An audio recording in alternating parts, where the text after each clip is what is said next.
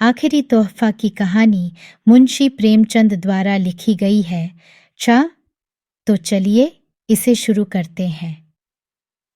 1। सारे शहर में सिर्फ एक ऐसी दुकान थी जहां विलायती रेशमी साड़ी मिल सकती थी और सभी दुकानदारों ने विलायती कपड़े पर कांग्रेस की मुहर लगवाई थी। मगर अमरनाथ की प्रेमिका की फरमाइश थी, उसको पूरा करना जरूरी था।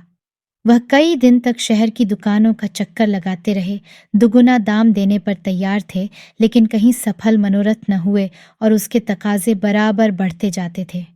होली आ रही थी। आखिर वह होली के दिन कौन सी साड़ी पहनेगी? उसके सामने अपनी मजबूरी को जाहिर करना अमरनाथ के पुरुषोचित अभिमान के लिए कठिन था। उसके इशारे से वह आसमान के तारे तोड़ लाने के लिए भी तत्पर हो जाते। आखिर जब कहीं मकसद पूरा न हुआ तो उन्होंने उसी खास दुकान पर जाने का इरादा कर लिया। उन्हें यह मालूम था कि दुकान पर धरना दिया जा रहा है। सुबह से शाम तक स्वयं सेवक तैनात रहते हैं और तमाशाइयों की भी हरदम खासी भीड़ रहती है। इसलिए उस दुकान में जाने के लिए एक विशेष प्रकार के नैतिक साहस की जरूरत थी और यह साहस अमरनाथ में जरूरत से कम था।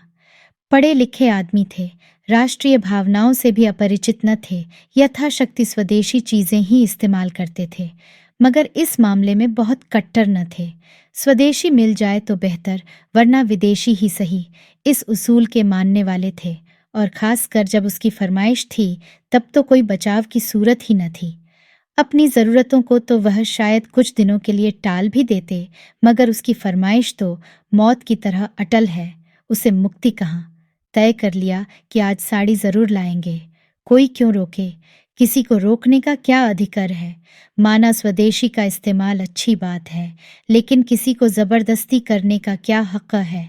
अच्छी आज़ादी की लड़ाई है जिसमें व्यक्ति की आज़ादी का इतना बेदर्दी से खून हो। यूं दिल को मजबूत करके वह शाम को दुकान पर पहुंचे। देखा तो 5 वॉलंटियर पिकेटिंग कर रहे हैं और दुकान के सामने सड़क पर हजारों तमाशाई खड़े हैं। सोचने लगे दुकान में कैसे जाएं। कई बार कलेजा मजबूत किया और चले, मगर बरामदे तक जाते जाते हिम्मत ने जवाब दे दिया। संयोग से एक जान पहचान के पंडित जी मिल गए। उनसे पूछा, क्यों भाई, यह धरना कब तक रहेगा? शाम तो हो गई। पंडित जी ने कहा, इन सिर फिरों को सुबह और शाम से क्या मतलब? जब तक दुकान बंद न हो जाएगी यहां से न टलेंगे। कहिए, कुछ खरीदने को इरादा है? आप तो रेशमी कपड़ा नहीं खरीदते। अमरनाथ ने विवशता की मुद्रा बनाकर कहा, मैं तो नहीं खरीदता, मगर औरतों की फरमाइश को कैसे टालूं? पंडित जी ने मुस्कुरा कर कहा, वाह, इससे ज्यादा आसान तो कोई बात नहीं। औरतों को भी चकमा नहीं दे सकते? 100 हीले 1000 बहाने हैं। अमरनाथ, आप ही कोई हीला सोचिए। पंडित जी, सोचना क्या है, यहाँ रात दिन यही किया करते हैं। 150 हीले हमेशा जेबों में पड़े रहते हैं। औरत ने कहा, हार बनवा दो। कहा, आज ही लो। 2-4 रोज के बाद कहा, सुनार माल लेकर चंपत हो गया। यह तो रोज का धंधा है भाई। औरतों का काम फरमाइश करना है, मर्दों का काम उसे खूबसूरती से टालना है। अमरनाथ, आप तो इस कला के पंडित मालूम होते हैं। पंडित जी, क्या करें भाई, आबरू तो बचानी ही पड़ती है। सूखा जवाब दें तो शर्मिंदगी अलग हो, बिगड़े वह अगल से, समझे, हमारी परवाह ही नहीं करते। आबरू का मामला है। आप एक काम कीजिए। यह तो आपने कहा ही होगा कि आजकल पिकेटिंग है। अमरनाथ, हाँ, यह तो बहाना कर चुका भाई, मगर वह सुनती ही नहीं। कहती है, क्या विलायती कपड़े दुनिया से उठ गए, मुझसे चले हो उड़ने। पंडित जी, तो मालूम होता है कोई धुन की पक्की औरत है। अच्छा, तो मैं एक तरकीब बताऊं, एक खाली कार्ड का बक्स ले लो, उसमें पुराने कपड़े जलाकर भर लो। जाकर कह देना, मैं कपड़े लिए आता था, वॉलंटियरों ने छीन कर जला दिए। क्यों, कैसी रहेगी? अमरनाथ, कुछ जनचती नहीं। अजी 20 ऐतराज करेंगी, कहीं पर्दा फाश हो जाए तो मुफ्त की शर्मिंदगी उठानी पड़े। पंडित अजी, तो मालूम हो गया, आप बोधे आदमी हैं और हैं भी आप कुछ ऐसे ही। यहाँ तो कुछ इस शान से हीले करते हैं कि सच्चाई की भी उसके आगे धुल हो जाए। जिंदगी यही बहाने करते गुजरी और कभी पकड़े न गए। एक तरकीब और है, इसी नमूने का देशी माल ले जाइए और कह दीजिए कि विलायती है। अमरनाथ, देशी और विलायती की पहचान उन्हें मुझसे और आपसे कहीं ज्यादा है। विलायती पर तो जल्द विलायती का यकीन आएगा नहीं, देशी की तो बात ही क्या है। एक खद्दरपोश महाशय पास ही खड़े यह बातचीत सुन रहे थे, बोल उठे, ए साहब, सीधी सी तो बात है, जाकर साफ कह दीजिए कि मैं विदेशी कपड़े न लाऊंगा। अगर जिद करे तो दिन भर खाना न खाइए, आप सीधे रास्ते पर आ जाएगी। अमरनाथ ने उनकी तरफ कुछ ऐसी निगाहों से देखा जो कह रही थीं, आप इस कूचे को नहीं जानते, और बोले, यह आप ही कर सकते हैं, मैं नहीं कर सकता। खद्दरपोश, कर तो आप भी सकते हैं लेकिन करना नहीं चाहते। यहाँ तो उन लोगों में से हैं कि अगर विदेशी दुआ से मुक्ति भी मिलती हो तो उसे ठुकरा दें। अमरनाथ, तो शायद आप घर में पिकेटिंग करते होंगे? खद्दरपोश, पहले घर में करके तब बाहर करते हैं भाई साहब। खद्दरपोश साहब चले गए तो पंडित जी बोले, यह महाशय तो 30 मारखां से भी तेज निकल। अच्छा तो एक काम कीजिए, इस दुकान के पिछवाड़े एक दूसरा दरवाज़ा है, ज़रा अंधेरा हो जाए तो उधर चले जाइएगा, दाएं बाएं किसी की तरफ न देखिएगा। अमरनाथ ने पंडित जी को धन्यवाद दिया और जब अंधेरा हो गया तो दुकान के पिछवाड़े की तरफ जा पहुंचे। डर रहे थे कहीं यहाँ भी घेरा न पड़ा हो, लेकिन मैदान खाली था। लपक कर अंदर गए, एक ऊंचे दामों की साड़ी खरीदी और बाहर निकले तो एक देवी जी केसरिया साड़ी पहने खड़ी थीं। उनको देखकर इनकी रूह फना हो गई। दरवाजे से बाहर पांव रखने की हिम्मत नहीं हुई। एक तरफ देखकर तेजी से निकल पड़े और कोई 100 कदम भागते हुए चले गए। कम्र का लिखा सामने से एक बुढ़िया लाठी टेकती चली आ रही थी। आप उससे लड़ गए। बुढ़िया गिर पड़ी और लगी कोसने, अरे अभागे, ये जवानी बहुत दिन न रहेगी, आंखों में चर्बी छा गई है, धक्के देता चलता है। अमरनाथ उसकी खुशामद करने लगे, माफ करो, मुझे रात को कुछ कम दिखाई पड़ता है। ऐनक घर भूल आया। बुढ़िया का मिजाज ठंडा हुआ, आगे बढ़ी और आप भी चले। एकाएक कानों में आवाज आई, बाबू साहब जरा ठहरिएगा, और वहीं केसरिया कपड़ों वाली देवी जी आती हुई दिखाई दी। अमरनाथ के पांव बंध गए। इस तरह कलेजा मजबूत करके खड़े हो गए जैसे कोई स्कूली लड़का मास्टर की बेंत के सामने खड़ा होता है। देवी जी ने पास आकर कहा, आप तो ऐसे भागे कि मैं जैसे आपको काट खाऊंगी। आप जब पढ़े लिखे आदमी होकर अपना धर्म नहीं समझते तो दुख होता है। देश की क्या हालत है, लोगों को खद्दर नहीं मिलता, आप रेशमी साड़ियां खरीद रहे हैं। अमरनाथ ने लज्जित होकर कहा, मैं सच कहता हूं देवी जी, मैंने अपने लिए नहीं खरीदी, एक साहब की फरमाइश थी। देवी जी ने झोली से एक चूड़ी निकाल कर उनकी तरफ बढ़ाते हुए कहा, ऐसे हीले रोज ही सुना करती हूँ, या तो आप उसे वापस कर दीजिए या लाइए हाथ मैं चूड़ी पहना दूं। अमरनाथ, शौक से पहना दीजिए, मैं उसे बड़े गर्व से पहनूंगा। चूड़ी उस बलिदान का चिन्ह है जो देवियों के जीवन की विशेषता है। चूड़ियां उन देवियों के हाथ में थीं जिनके नाम सुनकर आज भी हम आदर से सिर झुकाते हैं। मैं तो उसे शर्म की बात नहीं समझता। आप अगर और कोई चीज पहनाना चाहें तो वह भी शौक से पहना दीजिए। नारी पूजा की वस्तु है, उपेक्षा की नहीं। अगर स्त्री जो कौम को पैदा करती है चूड़ी पहनना अपने लिए गौरव की बात समझती है तो मर्दों के लिए चूड़ी पहनाना क्यों शर्म की बात हो। देवी जी को उनकी इस निर्लज्जता पर आश्चर्य हुआ, मगर वह इतनी आसानी से अमरनाथ को छोड़ने वाली न थी। बोली, आप बातों के शेर मालूम होते हैं। अगर आप हृदय से स्त्री को पूजा की वस्तु मानते हैं तो मेरी यह विनती क्यों नहीं मान जाते। अमरनाथ, इसलिए कि यह साड़ी भी एक स्त्री की फरमाइश है। देवी, अच्छा चलिए, मैं आपके साथ चलूंगी, जरा देखूं आपकी देवी जी किस स्वभाव की स्त्री हैं। अमरनाथ का दिल बैठ गया। बेचारा अभी तक बिना ब्याहा था, इसलिए नहीं कि उसकी शादी न होती थी, बल्कि इसलिए कि शादी को वह एक आजीवन कारावास समझता था। मगर वह आदमी रसिक स्वभाव के थे। शादी से अलग रहकर भी शादी के मज़ों से अपरिचित न थे। किसी ऐसे प्राणी की ज़रूरत उनके लिए अनिवार्य थी जिस पर वह अपने प्रेम को समर्पित कर सकें, जिसकी तरावट से वह अपनी रूखी सूखी जिंदगी को तरोताज़ा कर सकें, जिसके प्रेम की छाया में वह ज़रा देर के लिए ठंडक पा सकें, जिसके दिल में वह अपनी उमड़ी हुई जवानी की भावनाओं को बिखेर कर उनका उगना देख सके। उनकी नज़र ने मालती को चुना था जिसकी शहर में घूम थी। इधर 1.5-2 साल से वह इसी खलिहान के दाने चुना करते थे। देवी जी के आग्रह ने उन्हें थोड़ी देर के लिए उलझन में डाल दिया था। ऐसी शर्मिंदगी उन्हें जिंदगी में कभी न हुई थी।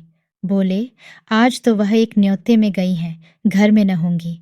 देवी जी ने अविश्वास से हंसकर कहा, तो मैं समझ यह आपकी देवी जी का कसूर नहीं, आपका कसूर है। अमरनाथ ने लज्जित होकर कहा, मैं आपसे सच कहता हूं, आज वह घर पर नहीं। देवी ने कहा, कल आ जाएंगी? अमरनाथ बोले, हाँ, कल आ जाएंगी।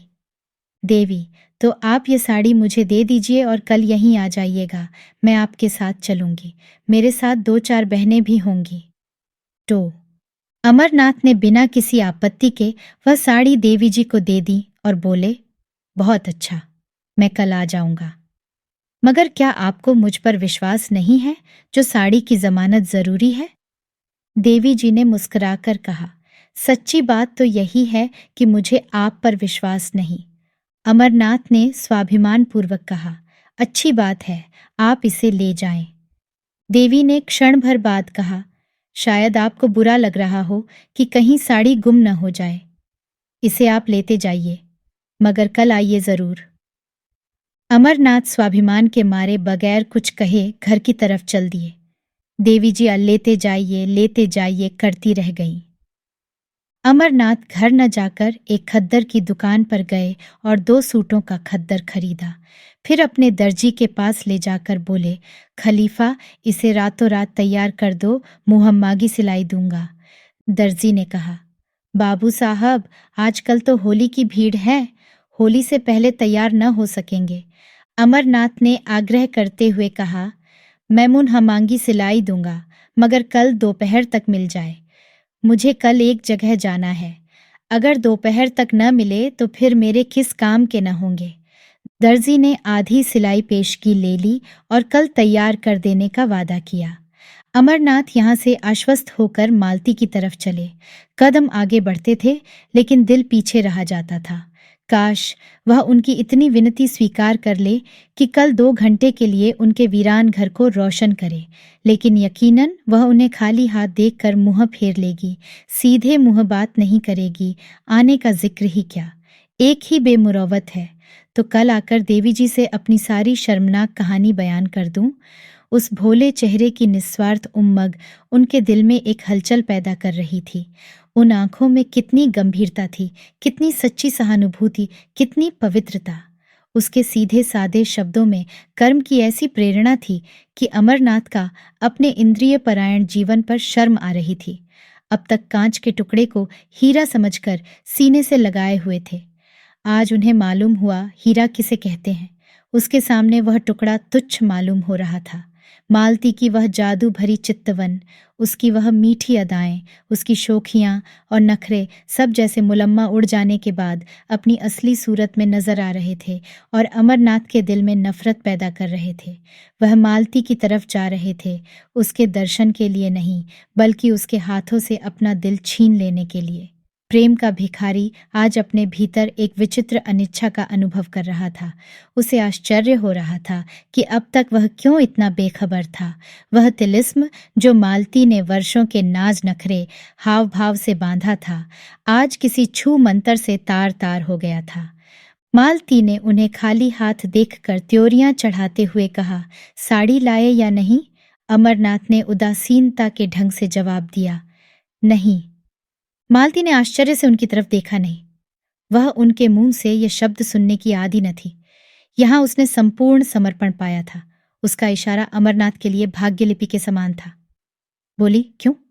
अमरनाथ, क्यों नहीं? नहीं लाए। मालती, बाजार में मिली न होगी, तुम्हें क्यों मिलने लगी? और मेरे लिए? अमरनाथ, नहीं साहब, मिली मगर लाया नहीं। मालती, आखिर कोई वजह? रुपए मुझसे ले जाते।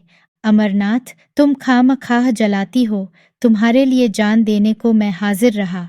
मालती, तो शायद तुम्हें रुपये जान से भी ज्यादा प्यारे हों। अमरनाथ, तुम मुझे बैठने दोगी या नहीं? अमर, मेरी सूरत से नफरत हो तो चला जाऊं।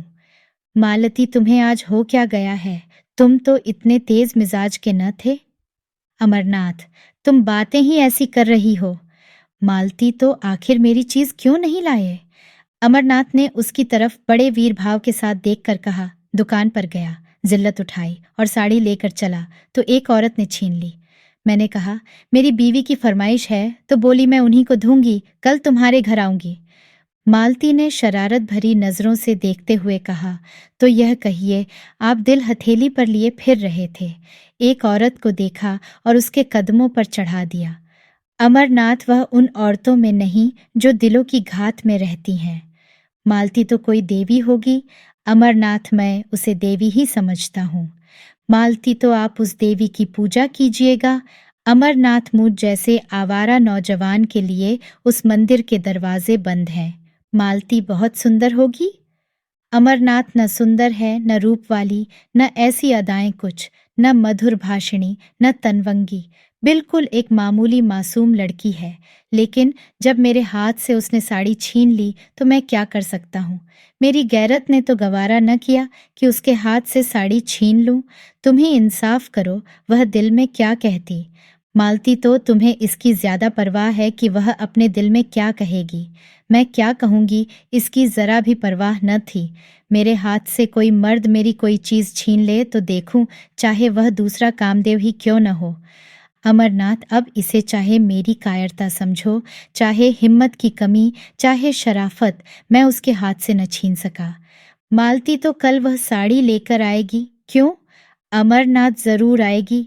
मालती तो जाकर मुंह धो आओ।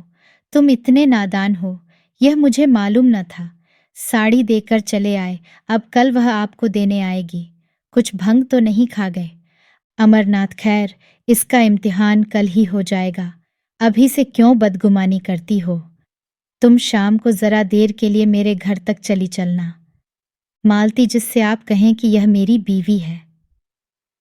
अमरनाथ, मुझे क्या खबर थी कि वह मेरे घर आने के लिए तैयार हो जाएगी, नहीं तो और कोई बहाना कर देता। मालती, तो आपकी साड़ी आपको मुबारक हो, मैं नहीं जाती। अमरनाथ, मैं तो रोज तुम्हारे घर आता हूं, तुम एक दिन के लिए भी नहीं चल सकती? मालती ने निष्ठुरता से कहा, अगर मौका आ जाए तो तुम अपने को मेरा शौहर कहलाना पसंद करोगे? दिल पर हाथ रखकर कहना। अमरनाथ दिल में कट गए। बात बनाते हुए बोले, मालती, तुम मेरे साथ अन्याय कर रही हो। बुरा न मानना, मेरे तुम्हारे बीच प्यार और मोहब्बत दिखलाने के बावजूद एक दूरी का पर्दा पड़ा था। हम दोनों एक दूसरे की हालत को समझते थे और इस पर्दे का हटाने की कोशिश न करते थे। यह पर्दा हमारे संबंधों की अनिवार्य शर्त था। हमारे बीच एक व्यापारिक समझौता सा हो गया। हम दोनों उसकी गहराई में जाते हुए डरते थे। नहीं, बल्कि मैं डरता था और तुम जानबूझकर न जाना चाहती थी। अगर मुझे विश्वास हो जाता कि तुम्हें जीवन सहचरी बनाकर मैं वह सब कुछ पा जाऊंगा जिसका मैं अपने को अधिकारी समझता हूँ, तो मैं अब तक कभी का तुमसे इसकी याचना कर चुका होता। लेकिन तुमने कभी मेरे दिल में यह विश्वास पैदा करने की परवाह न की। मेरे बारे में तुम्हें यह शक है, मैं नहीं कह सकता। तुम्हें यह शक करने का मैंने कोई मौका नहीं दिया और मैं कह सकता हूँ कि मैं उससे कहीं बेहतर शौहर बन सकता हूँ जितनी तुम बीवी बन सकती हो। मेरे लिए सिर्फ एतवार की ज़रूरत है और तुम्हारे लिए ज़्यादा वजनी और ज़्यादा भौतिक चीज़ों की। मेरी स्थायी आमदनी 500 से ज्यादा नहीं, तुमको इतने में संतोष न होगा। मेरे लिए सिर्फ इस इत्मीनान की जरूरत है कि तुम मेरी और सिर्फ मेरी हो। बोलो, मंजूर है? मालती को अमरनाथ पर रहम आ गया।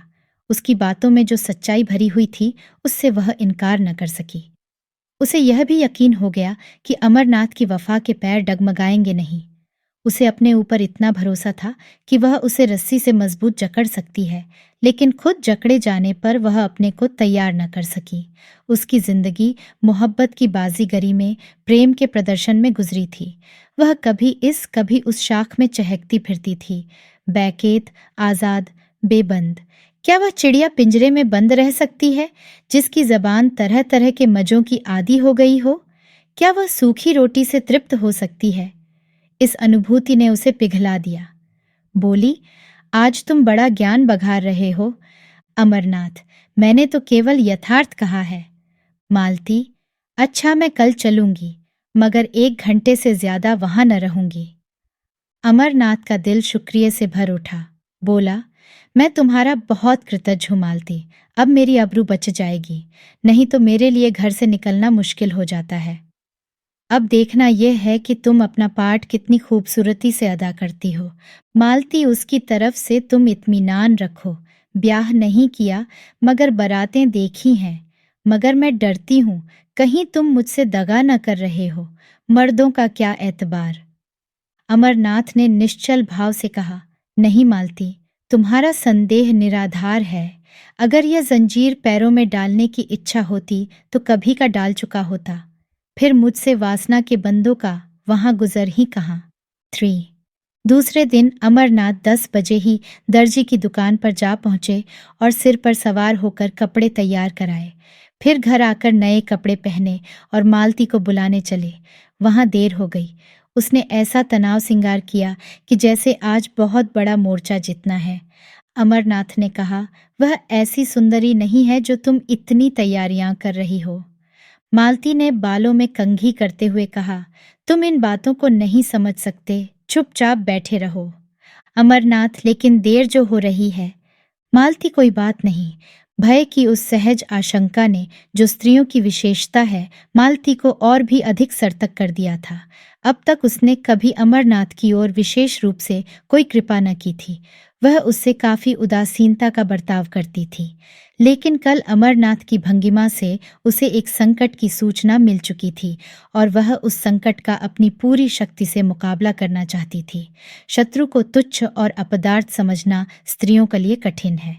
आज अमरनाथ को अपने हाथ से निकलते वह अपनी पकड़ को मजबूत कर रही थी। अगर इस तरह की उसकी चीजें एक एक करके निकल गईं तो फिर वह अपनी प्रतिष्ठा कब तक बनाए रख सकेगी। जिस चीज पर उसका कब्जा है उसकी तरफ कोई आंख ही क्यों उठाए। राजा भी तो एक एक अंगुल जमीन के पीछे जान देता है। वह इस नए शिकारी को हमेशा के लिए अपने रास्ते से हटा देना चाहती थी, उसके जादू को तोड़ देना चाहती थी। शाम को वह परी जैसी अपनी नौकरानी और नौकर को साथ लेकर अमरनाथ के घर चली। अमरनाथ ने सुबह 10 बजे तक मर्दाने घर को जनानेपन का रंग देने में खर्चा किया था। ऐसी तैयारियां कर रखी थीं जैसे कोई अफसर मुआयना करने वाला हो। मालती ने घर में पैर रखा तो उसकी सफाई और सजावट देखकर बहुत खुश हुई। जनाने हिस्से में कई कुर्सियां रखी थीं। बोली, अब लाओ अपनी देवी जी को मगर जल्द आना, वरना मैं चली जाऊंगी। अमरनाथ लपके हुए विलायती दुकान पर गए। आज भी धरना था। तमाशाइयों की वहीं भीड़। वहां देवी जी नहीं। पीछे की तरफ गए तो देवी जी एक लड़की के साथ उसी भेस में खड़ी थीं। अमरनाथ ने कहा, माफ कीजिएगा, मुझे देर हो गई। मैं आपके वादे की याद दिलाने आया हूं। देवी जी ने कहा, मैं तो आपका इंतजार कर रही थी। चलो सुमित्रा, जरा आपके घर हो आए। कितनी देर है? अमरनाथ, बहुत पास है, एक तांगा कर लूंगा। 15 मिनट में अमरनाथ दोनों को लिए घर पहुंचे। मालती ने देवी जी को देखा और देवी जी ने मालती को। एक किसी रईस का महल था, आलीशान। दूसरी किसी फकीर की कुटिया थी, छोटी सी तुच्छ। रईस के महल में आडंबर और प्रदर्शन था, फकीर की कुटिया में सादगी और सफाई।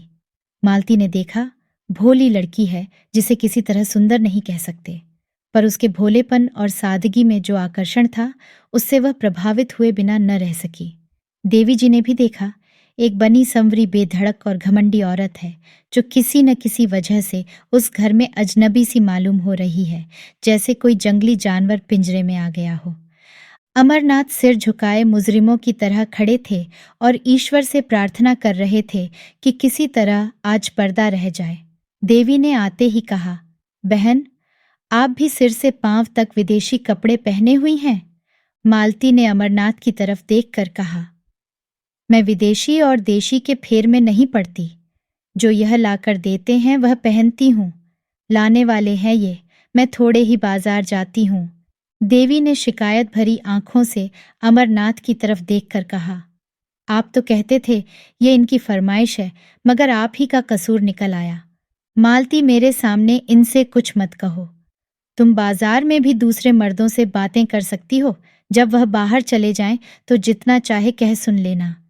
मैं अपने कानों से नहीं सुनना चाहती। देवी जी, मैं कुछ कहती नहीं और बहन जी, मैं कह ही क्या कर सकती हूँ। कोई जबरदस्ती तो है नहीं, बस विनती कर सकता हूँ। मालती, इसका मतलब यह है कि इन्हें अपने देश की भलाई का जरा भी ख्याल नहीं, उसका ठेका तुम ही ने ले लिया है। पढ़े लिखे आदमी हैं, 10 आदमी इज्जत करते हैं, अपना नफा नुकसान समझ सकते हैं। तुम्हारी क्या हिम्मत कि उन्हें उपदेश देने बैठो, या सबसे ज्यादा अक्लमंद तुम ही हो। देवी जी, आप मेरा मतलब गलत समझ रही हैं बहन। मालती, हाँ, गलत तो समझूंगी ही, इतनी अक्ल कहाँ से लाऊं कि आपकी बातों का मतलब समझूं। खद्दर की साड़ी पहन ली, झोली लटका ली, एक बिल्ला लगा लिया, बस अब अख्तियार है, जहाँ चाहे आए जाएं, जिससे चाहे हंसें बोलें। घर में कोई पूछता नहीं तो जेल खाने का भी क्या डर। मैं इसे हुड़दंगापन समझती हूँ, जो शरीफों की बहू बेटियों को शोभा नहीं देता। अमरनाथ दिल में कटे जा रहे थे, छिपने के लिए बिल ढूंढ रहे थे। देवी की पेशानी पर जरा बल न था, लेकिन आंखें डबडबा रही थीं। अमरनाथ ने मालती से जरा तेज स्वर में कहा, क्यों खामखा किसी का दिल दुखाती हो। यह देवियां अपना ऐश आराम छोड़कर यह काम कर रही हैं। क्या तुम्हें इसकी बिल्कुल खबर नहीं? मालती, रहने दो, बहुत तारीफ न करो। जमाने का रंग ही बदला जा रहा है। मैं क्या करूंगी और तुम क्या करोगे? तुम मर्दों ने औरतों को घर में इतनी बुरी तरह कैद किया कि आज वे रस्म रिवाज शर्म हया को छोड़कर निकल आई हैं, और कुछ दिनों में तुम लोगों की हुकूमत का खात्मा हुआ जाता है। विलायती और विदेशी तो दिखलाने के लिए हैं, असल में यह आज़ादी की ख्वाहिश है जो तुम्हें हासिल है। तुम अगर 2-4 शादियां कर सकते हो तो औरत क्यों न करे। सच्ची बात यह है, अगर आंखें हैं तो अब खोल कर देखो। मुझे वह आज़ादी न चाहिए। यहाँ तो लाज ढोते हैं और मैं शर्म हया को अपना सिंगार समझती हूँ। देवी जी ने अमरनाथ की तरफ फरियाद की आंखों से देखकर कहा, बहन ने औरतों को जलील करने की कसम खा ली है। मैं बड़ी बड़ी उम्मीदें लेकर आई थी, मगर शायद यहाँ से नाकाम जाना पड़ेगा। अमरनाथ ने वह साड़ी उसको देते हुए कहा, नहीं, बिल्कुल नाकाम तो आप नहीं जाएंगी। हाँ, जैसी कामयाबी की आपको उम्मीद थी वह न होगी। मालती ने डपटते हुए कहा, वह मेरी साड़ी है, तुम उसे नहीं दे सकते। अमरनाथ ने शर्मिंदा होते हुए कहा, अच्छी बात है, न दूंगा। देवी जी, ऐसी हालत में तो शायद आप मुझे माफ करेंगी। देवी जी चली गई तो अमरनाथ ने त्योरियां बदलकर कहा, यह तुमने आज मेरे मुंह में कालिख लगा दी। तुम इतनी बदतमीज और बदजबान हो, मुझे मालूम न था। मालती ने रोषपूर्ण स्वर में कहा, तो अपनी साड़ी उसे दे देती। मैंने ऐसी कच्ची गोलियां नहीं खेली। अब तो बदतमीज भी हूँ, बदजबान भी। उस दिन इन बुराइयों में से एक भी न थी जब मेरी जूतियां सीधी करते थे। इस छोकरी ने मोहिनी डाल दी, जैसी रूह वैसे फरिश्ते, मुबारक हो। यह कहती हुई मालती बाहर निकली। उसने समझा था जबान चलाकर और ताकत से वह उस लड़की को उखाड़ फेंकेगी, लेकिन जब मालूम हुआ कि अमरनाथ आसानी से काबू में आने वाला नहीं तो उसने फटकार बताई। इन दामों अगर अमरनाथ मिल सकता था तो बुरा न था, उससे ज्यादा कीमत वह उसके लिए दे न सकती थी। अमरनाथ उसके साथ दरवाजे तक आए। जब वह तांगे पर बैठी तो बिनती करते हुए बोले, ये साड़ी दे दो ना मालती, मैं तुम्हें कल इससे अच्छी साड़ी ला दूंगा। मगर मालती ने रूखेपन से कहा, ये साड़ी तो अब लाख रुपए पर भी नहीं दे सकती। अमरनाथ ने त्योरियां बदलकर जवाब दिया, अच्छी बात है, ले जाओ, मगर समझ लो ये मेरा आखिरी तोहफा है। मालती ने होंठ चढ़ाकर कहा, इसकी परवाह नहीं, तुम्हारे बगैर मैं मर नहीं जाऊंगी, इसका तुम्हें यकीन दिलाती हूँ।